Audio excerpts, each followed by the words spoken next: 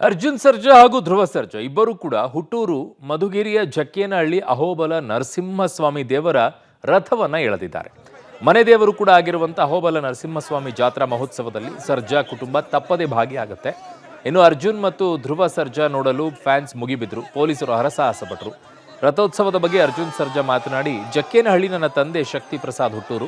ಇವತ್ತು ಅವರ ಹುಟ್ಟುಹಬ್ಬ ಕೂಡ ಆಗಿದೆ. ಈ ದೇವಸ್ಥಾನ ಶಿಥಿಲವಾಗಿತ್ತು. ನಮ್ಮ ತಾಯಿ ಲಕ್ಷ್ಮೀ ದೇವಿ ದೇವಸ್ಥಾನದ ಉಸ್ತುವಾರಿ ತಗೊಂಡು ದೇವಸ್ಥಾನ ಅಭಿವೃದ್ಧಿ ಮಾಡಿದ್ರು. ಈ ವಿಚಾರ ನನಗೆ ಹೆಮ್ಮೆ ಅನಿಸುತ್ತೆ. ಅಲ್ಲದೆ 1 ಎಕರೆ ಜಮೀನು ಕೊಟ್ಟು ನಮ್ಮ ಅಮ್ಮ ಶಾಲೆ ಕಟ್ಟಿಸಿದ್ದಾರೆ.